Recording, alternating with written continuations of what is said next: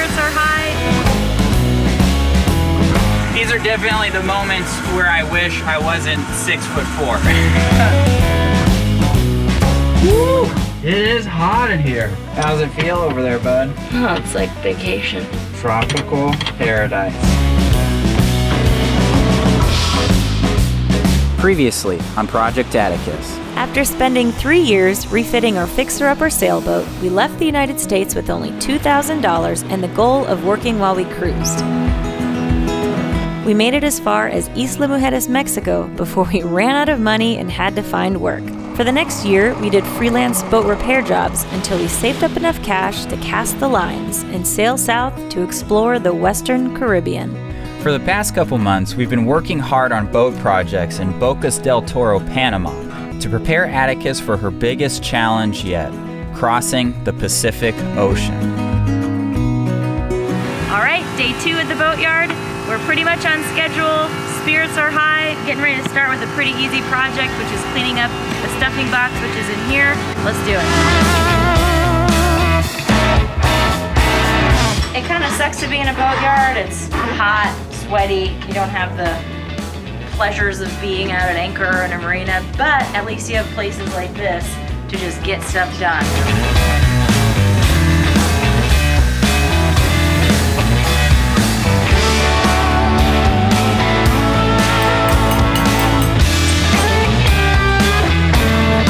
It's not budging, so I figured I went and looked for something to give me some leverage. So I found this pipe. Give it a shot. Oh! Hey! Nice. There you go. It's actually easy with the pipe. Yeah, nice one, bud. Cool. All you need is a little leverage. Yeah, look at that.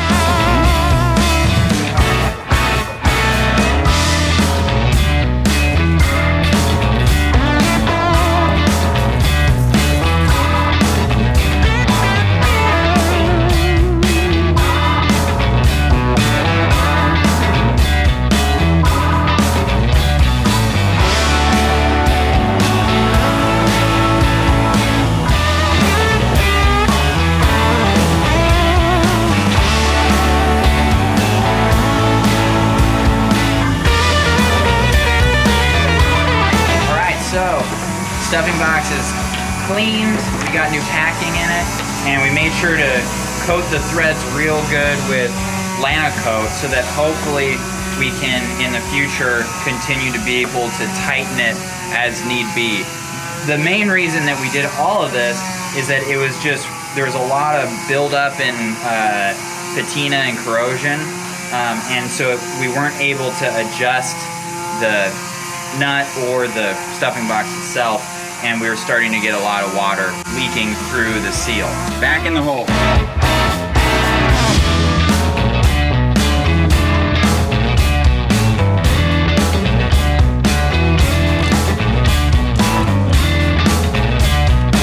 So the guys are doing a test sanding, I guess, to try to get a sense of how much time and labor it's going to take to get down to good paint. Donde está este negro está bien. Este está abajo del negro. Sí, este está abajo del negro.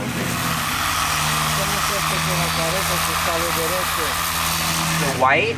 Yeah. That's the It's gel coat. Well, it's not yellow coat. There's 5 coats of barrier coat, okay. And they go gray, white, gray, white, okay, gray, white. Okay. So here you can see he's already gone through Gray. the top Gray. coat of barrier coat. Yeah. So like this to me is done. Right. This area here. All right, so next real quick job is to install the new Cutlass bearing. All we gotta do is insert it, which it goes in pretty easily, and then there's 2 set screws on the other side. So we're just gonna drill little divots into the Cutlass bearing so that those set screws can hold it in place.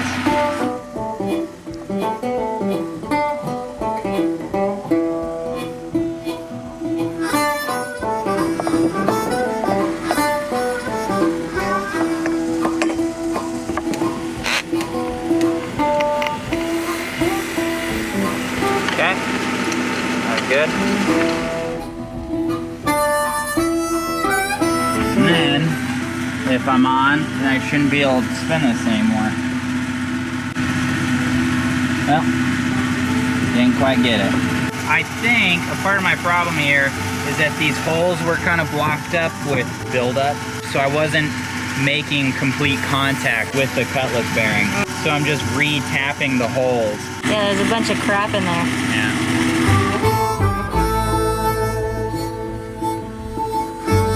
I think we might be in business. Yep. Doesn't want to spin now. All right. All right, day 3 of the boatyard. Feeling pretty good today. Right now I'm gonna start working on cleaning up this little spreader area where the wire goes through the spreader. It's super corroded, so I'm just gonna clean it up and prime it, put it back on.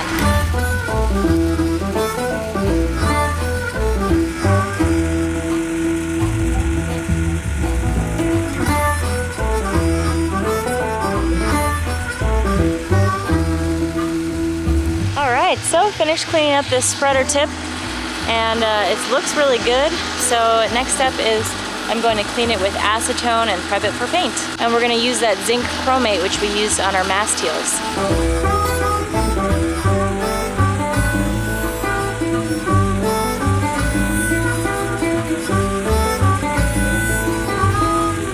Alright, well, I finished painting up the tip. It wasn't pretty, it came on a lot thicker than I thought it would, but it should do the trick. So next thing for me is to reinstall the shaft, and then I'm gonna realign the engine, because I've got a feeling that that's why this Cutlass bearing wore out so quickly, is the engine is slightly out of alignment.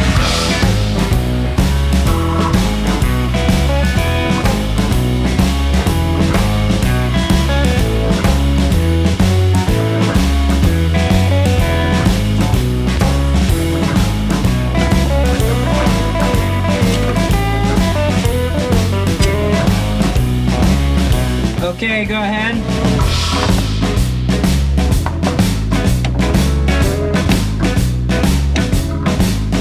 Hold.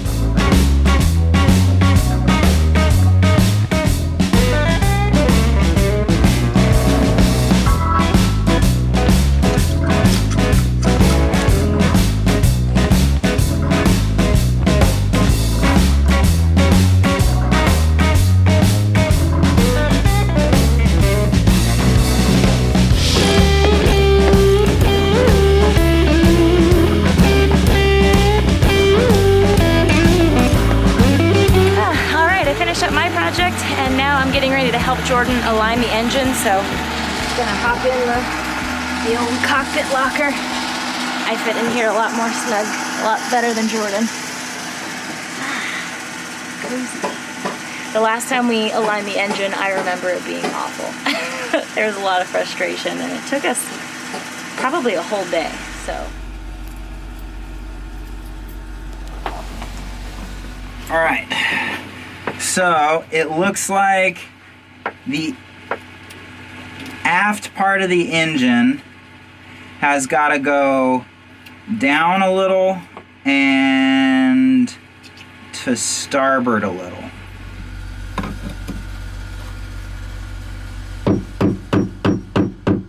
So can you attempt to pull your mount toward you? How's it feel over there, bud? Oh, it's like vacation. Yeah. Tropical paradise. Yeah. Oh, that's good. What space are you trying to get it at, ideally? It doesn't matter what the gap is at on any given one.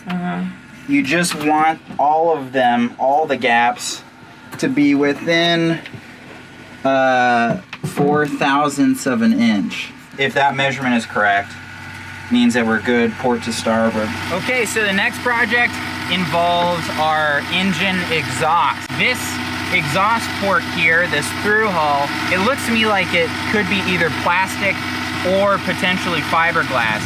Either way, this aft area that this through hull extends into and that the hose connects to it is in an area where we store a couple of somewhat heavy things, and those things can kind of bounce around a little bit when we're underway, and I just don't want this through hull to be able to break from objects inside kind of shifting around a little bit. So I've got this stainless steel exhaust through hull that I'm gonna replace this with, just to make it that much stronger and something we don't need to worry about.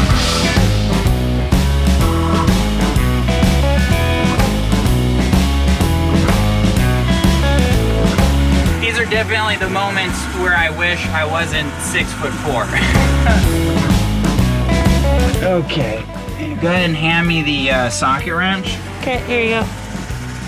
Okay, I'm gonna need probably maybe 2 sizes bigger. Okay, here you go.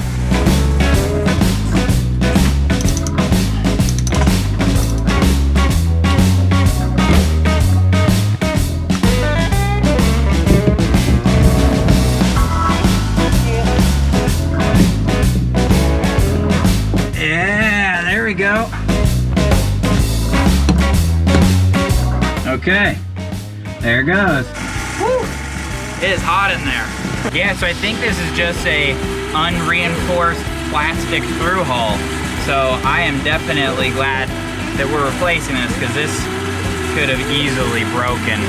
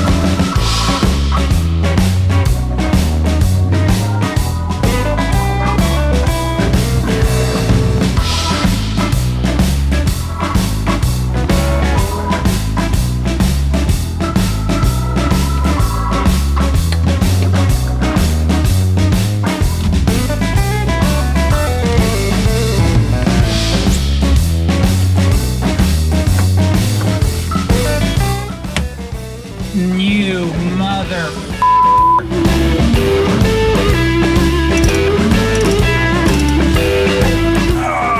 Well, that went pretty well. I did break one of the hose clamps on the exhaust hose, so I will have to get another one and install that, but that can wait until after we splash. So yeah, done with that exhaust through hull, and I'm happy about it. It's going to be a lot stronger. So the next project that I'm going to get onto is the rudder. The main problem is that there's some play, and on this top gudgeon there's just been a lot of wear on the inside. And so what I'm going to do is I'm going to remove the rudder, I'm going to remove this top gudgeon, and then I'm going to take it to a machine shop where they can put a sleeve inside of the gudgeon that'll fit the pintle nice and snug, and that'll get rid of this play, as well as help distribute the load a little bit more evenly from the pintle.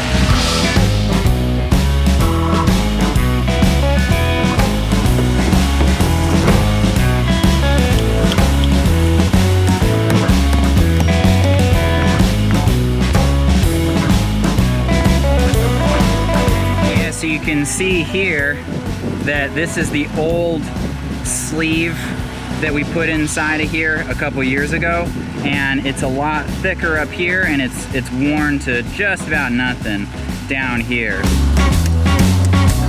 So now I've got to remove this gudgeon, which unfortunately means I've got to go back in the hole. Here we go.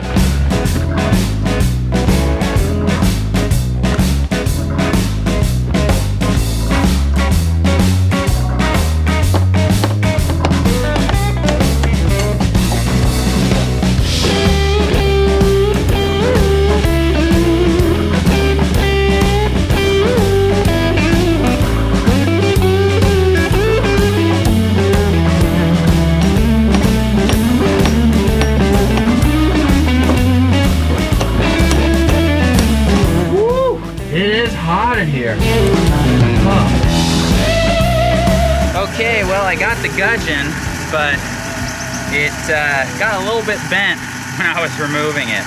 I am amazed that I just did that. As it turned out, I actually didn't bend the gudgeon. Long story short, the way that it goes through the transom, it has to be bent a little bit. So it must have been done when the gudgeon was initially installed. All right, good morning. We got our gudgeon back from a machine shop. We were able to get a nice Teflon sleeve put in there. I had them drill out a 3/4 inch hole, which for the most part should mate with the pintle here relatively well. So the first thing I'm gonna do this morning is the pintle has worn over the decades somewhat unevenly, and so some of it is 3/4 inch wide, some of it's less, and some of it's more. And so I'm just gonna modify the pintle a little bit, just enough so that the gudgeon's able to slip over it easily but snugly.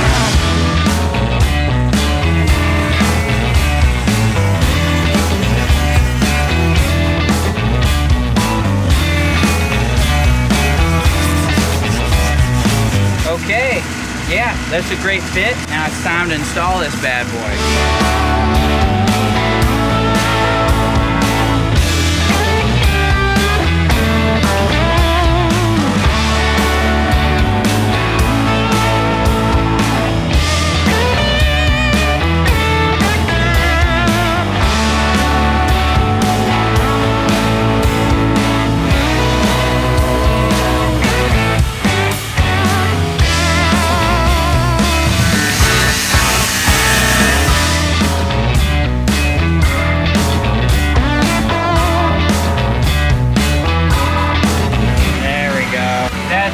Looking really good. There's zero play in the rudder. It's able to turn easily. So that sleeve should be good for another couple years, I'd bet.